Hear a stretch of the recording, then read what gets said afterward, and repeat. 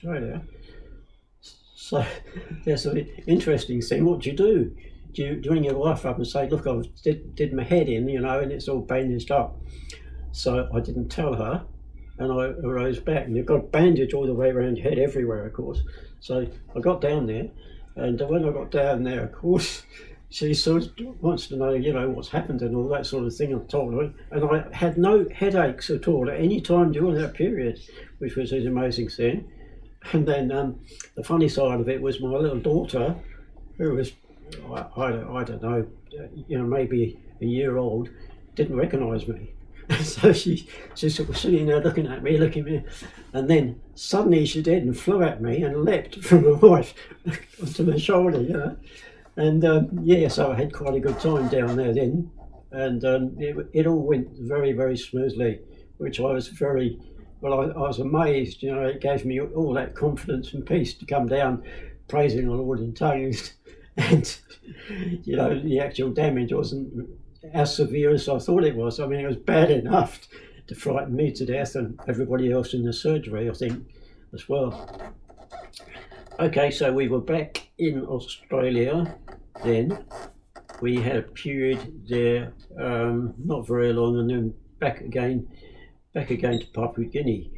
At that stage, we were probably establishing fairly well with the situation there. We had to put in a fair bit of work on vehicles. On one of them, actually, that was one of the things, because I'd had so much. When I was a kid, I worked, say, on cars and things like that, and had all that in me. And we bought all the vehicles up there.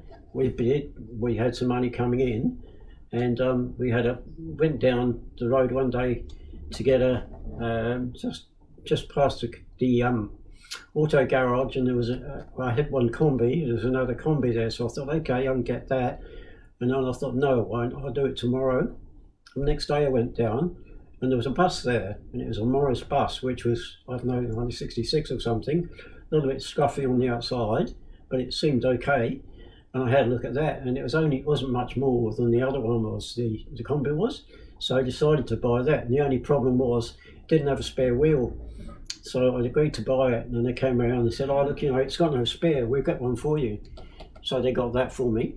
So we got that into action, and that was moving. And then it wasn't until later that we got anything, a new vehicle, as it were, and we ended up getting a Mazda Bongo, it was called. It was like a mini combi, and one of the guys came up, and he was issued with the vehicle, and he actually left the brake off, and he left the brake off. It rolled down a hill, rolled down the side and everything. So being a bit concerned over the situation, he took it to the panel beaters, I don't know, maybe the cheapest one, and got it done, got it fixed up. So anyway, it's all okay. And I looked at this thing and I didn't really like it very much. The actual sole side had been filled and smoothed out, sort of thing, And anyway, so we sort of had to put up with it. And it wasn't until a bit later, I think, when he left, they had a long family and it didn't sort of fit in very well. And I drove it, and when you drove it down the road, and it was a bit of a tug to go left, and it had like power steering right, the thing was out of line. Well, it obviously wasn't repairable. It was a write-off, We've got this vehicle which I considered was dangerous. So I don't know, I thought about it a bit, and it wasn't long before another one came up for sale, which was the same age and everything, but they'd blown the engine up. So guess what? Just bought it and just changed the engine over, piece of cake, So that put that back into action. But that was the sort of thing that was going all the time, with all the vehicles to try to keep going. And that was probably one of the big pluses of having an engineering background as well. So when you get called to something, you have to be able to do other things. You may have to do, maybe you're lucky, and you're in a situation where you can be ministering all the time, but there's a lot of times when you can't do that. and we were sort of in that situation all the time. We bought the vehicles ourselves at that stage, and it was okay because I had an extra amount coming in for accommodation that I would have been spending on accommodation, right?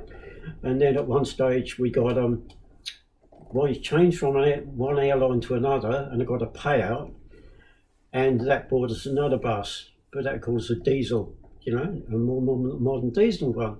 So that was all right, but we were running all these vehicles.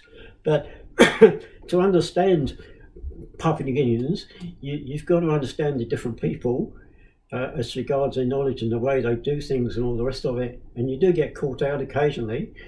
We had to train the guys to drive the vehicles to make sure they can drive it, because if they say they can drive, they may not be able to drive really very well or anything, and they have different ideas. They might be able to drive a manual and just leave it in one gear and all that sort of thing.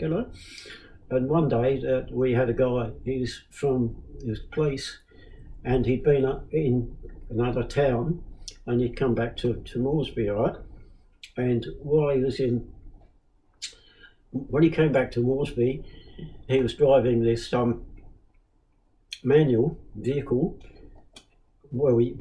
Our manual vehicle anyway, gave him our manual vehicle, and while he'd been in the other place, he was driving, actually driving these automatic Holden police cars, see?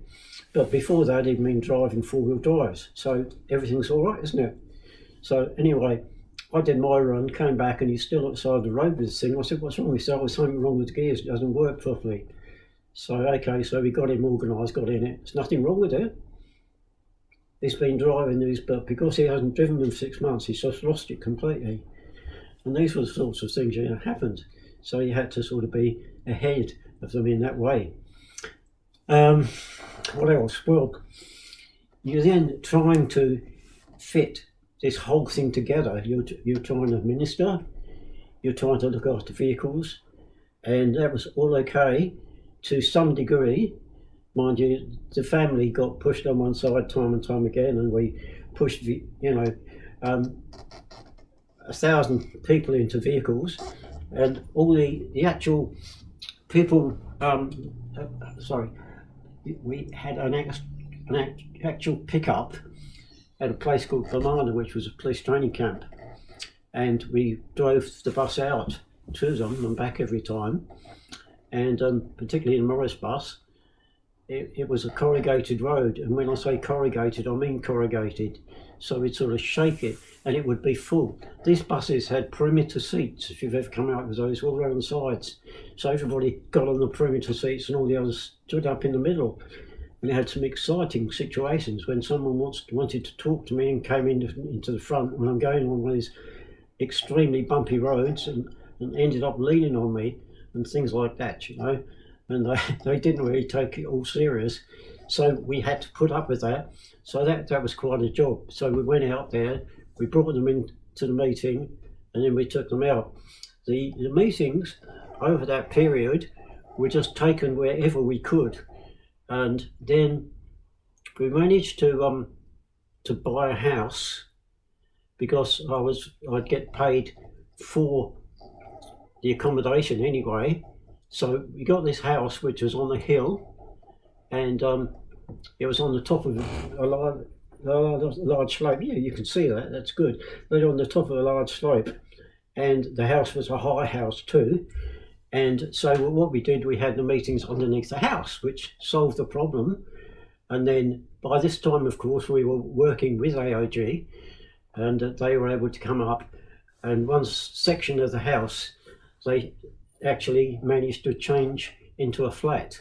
So we had then this little flat downstairs. Because this stage we were now getting other workers up here, and they could have the flat, and we could, actually, obviously use the underside, for the meetings. So it was good. We pulled them up there and then took them back.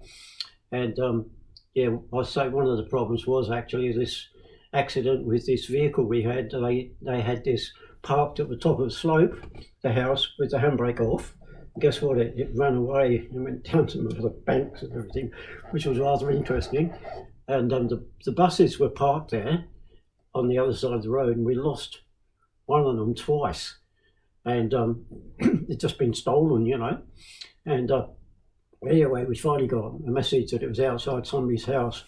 They didn't know how to turn it off because they push started it, obviously. And then another one they taken away, and it was in this village. So we thought, what do we do? So we just went to the village, wandered in, climbed aboard, started and drove it out. I wasn't sure what was going to happen at all, but we got it back. These were the sort of things happening. So all the times we had one thing and another going on was transport. So we had transport to look after, and then ministry as well, which was okay until I started doing not an 8 to 5 job. And with aviation anyway, sometimes an aircraft does break down and you're stuck with it. And that was a little bit awkward for a while. But in one case, we had a guy there, a local guy, the first one, and he you know, was very, very keen, one of the first guys to join us. And he turned talk for me, you know, turned it into pidgin. And I'm working away with pidgin, and then one day I sort of say, you know, you should do some preaching. Oh, I couldn't do any preaching. I said, you do it all the time for me. So I said, I don't really think so. I said, have a go. And within 3 weeks, we had him ministering, you know. And he started fairly basic, but he soon got into it. So that was the first person, you know, and he was very enthusiastic anyway. That was actually the local member of our ministry. And shall I? Sure. So I'll leave it there for a few minutes. Yeah, that's all right. So we've covered that. Where do we go from there?